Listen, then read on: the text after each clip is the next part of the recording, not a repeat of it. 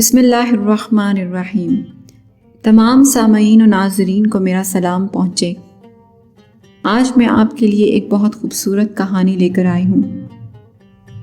ایک دفعہ کا ذکر ہے کہ حضرت حسن بصری رحمۃ اللہ علیہ سے کسی شخص نے آ کر یہ کہا کہ فلاں شخص نے آپ کی غیبت کی ہے۔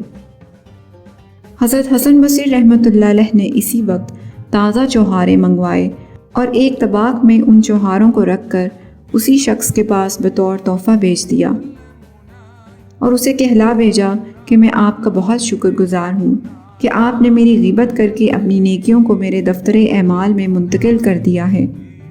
آپ کے اس احسان کا بدلہ میں چکا نہیں سکتا، تاہم یہ حقیر سا تحفہ قبول فرمائیے۔ وہ غیبت کرنے والا شخص حضرت حسن بصری رحمۃ اللہ علیہ کے اس سلوک کو دیکھ کر نہایت شرمندہ ہوا اور آپ کی خدمت میں حاضر ہو کر معافی چاہنے لگا۔ اگر کوئی ہماری غیبت کرے اور ہمیں پتہ چل جائے کہ واقعی اس نے ہماری غیبت کی ہے تو ہم کتنا غصہ کر جاتے ہیں۔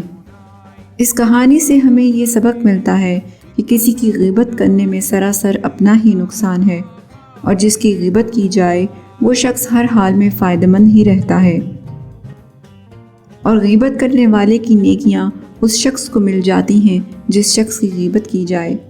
لہٰذا ہمیں چاہیے کہ ہم غیبت سے بچا بھی کریں، اور اگر کوئی دوسرا ہماری غیبت کر بھی لے تو ہم اس کو معاف کر دیں، کیونکہ اس نے اپنی نیکیاں ہمارے خزانے میں منتقل کر دی ہیں۔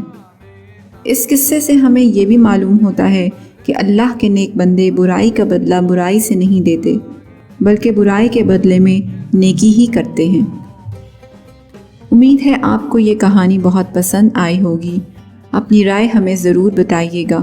ہمیشہ خوش رہیں اور مسکراتے رہیں، اور مخلوق خدا کے لیے آسانیاں پیدا کرتے رہیں۔ ہمیں سننے کا بہت شکریہ۔